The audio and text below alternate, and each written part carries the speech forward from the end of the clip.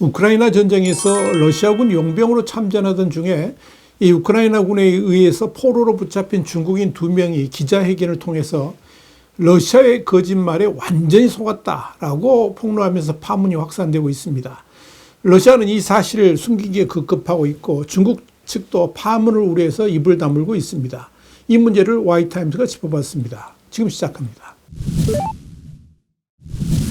우크라이나 현지 매체인 키이우 인디펜던트는 15일 최근 우크라이나 도네츠크 지역에서 러시아군 용병으로 싸우다 붙잡힌 중국인 2명이 14일 우크라이나 수도 키이우에서 전 세계 매체들을 대상으로 기자회견을 가졌다면서 이들은 러시아의 거짓말에 완전히 속았다면서 자신들의 경험을 공개했다, 이렇게 보도했습니다.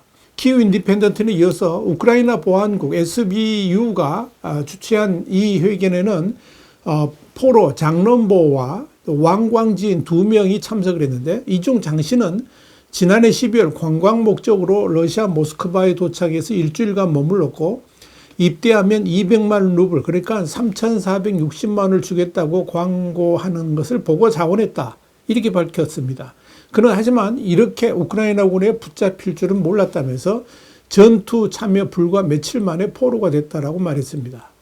장신은 이어 20만 루블, 한 346만 원이 입금된 카드를 받았지만 러시아인들이 연료비 등의 명목으로 카드와 연동된 앱이 설치된 휴대전화를 주기적으로 가져가서 사용했다면서 러시아군이 외국인 용병을 혹독하게 다뤘으며 실제 전쟁은 TV나 영화에서와 달리 끔찍했다라고 토로하면서 몸서리를 쳤습니다.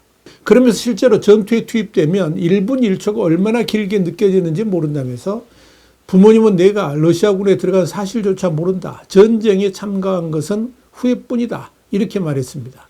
또 이날 기자회견에서 또 다른 포로인 왕 씨는 중국에서 틱톡 광고를 보고 러시아군에 자원 입대했다면서 이 러시아 타타르스탄 공화국 카잔과 남부 로스토프 나도누 등을 거쳐서 우크라이나 동부 돈바스 지역으로 이동했다라고 설명했습니다. 왕 씨는 이어서 러시아군 훈련소에 들어가자 탈영을 막기 위해서 화장실 갈 때조차 군인이 총을 들고 따라다녔다면서 도망칠 방법이 전혀 없었다라고 말했습니다. 지난 2월 모스크바에 도착해 계약을 체결했다고 밝힌 왕 씨는 이전에는 전투 경험도 없었고 무기를 잡아본 적도 없었다라고 주장했습니다. 또 두 포로들은 러시아군 내 생활은 매우 열악했다라고 밝혔습니다. 실제로 이들은 러시아 남부 로스토프 훈련소의 막사는 전기가 끊기고 물도 제대로 나오지 않는 곳이었다고 했습니다. 또 식사보급 역시 제대로 이루어지지 않았다면서 하루나 이틀에 겨우 한 끼 식사를 받기도 했으며 새벽 4시에 5시까지 훈련을 받아도 돌아오는 것은 쌀 조금뿐이었다라고 했습니다. 또 많은 중국인 용병들이 잔혹행위와 인종차별, 임금체불 등을 겪으면서 불만을 터뜨리고 있다, 이렇게 말했습니다. 이들의 증언에 의하면 러시아군에 투입된 용병들의 상황은 엄청나게 열악한 것으로 보입니다. 그래서 심지어 자살하는 이들도 나오고 있다는 겁니다. 여기에 대해서 왕 씨는 외국인 용병 중 한 명이 한밤중에 극단적 선택을 했다면서, 하지만 내부 통제가 워낙 강해 누구도 그 이유를 알지 못했다라고 말했습니다.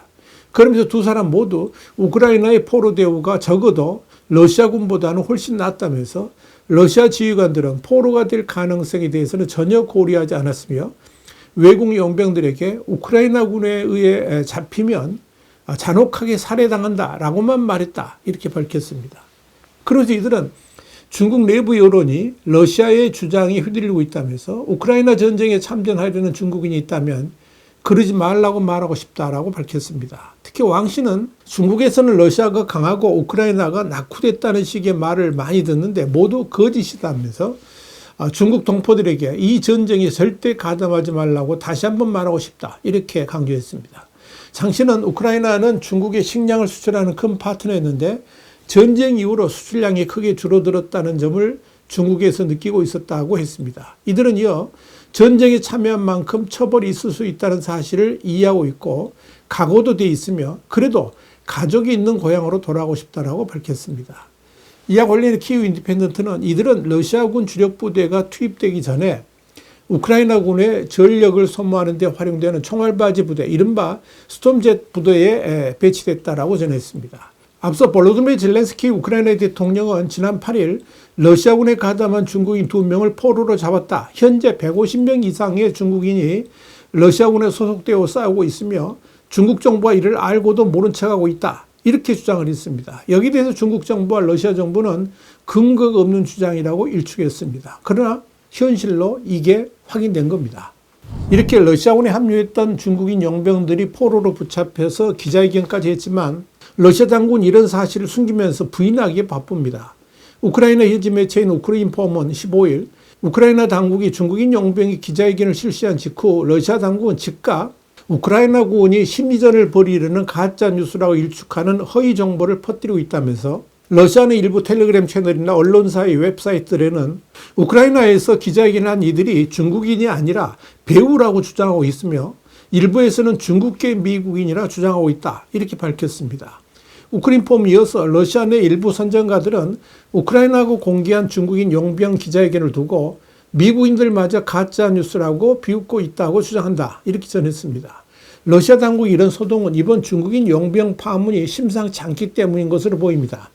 핵심은 이들 용병들이 중국인임을 알고도 러시아 당국이 용병으로 받아들였다면 이 또한 중국과의 사이에 외교적 문제가 될 수 있어서 앞으로 이 문제를 어떻게 처리할지 귀추가 주목됩니다. 한편 도널드 트럼프 미국 대통령의 주도로 시작된 휴전 협상이 신속한 종전을 이뤄내겠다는 장담과는 다르게 교착 상태에 빠진 가운데 블라디미르 푸틴 러시아 대통령이 미국이 제시한 휴전안에 반응하지 않은 채 우크라이나에 대한 강도 높은 공격을 감행하면서 이 우크라이나 전쟁이 참상을 더해가고 있습니다. 서방에서는 러시아 측이 당초부터 휴전할 의사가 없었던 것 아니냐는 말까지 나옵니다. 러시아군은 현지 시간으로 지난 13일 우크라이나 북동부의 수미주의 주도인 수미시의 인구 밀집 지역을 겨냥해서 최소 2발의 탄도미사일을 발사했습니다. 이 중 한 발은 승객으로 가득한 버스에 명중을 했고 아비규환의 참상이 벌어졌습니다.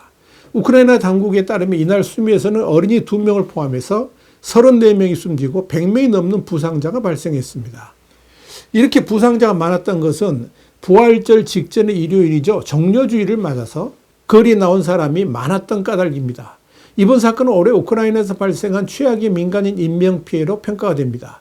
특히 러시아 이번 공격이 휴전을 성사시키기 위한 미국의 특사를 푸틴이 직접 접견한 지 이틀 만에 벌어졌다는 점에서 푸틴에 대한 비난은 더욱 커지고 있습니다. 여기에 대해서 우크라이나와 유럽연합 국가들은 이번 공격을 거세게 비난하고 나섰습니다.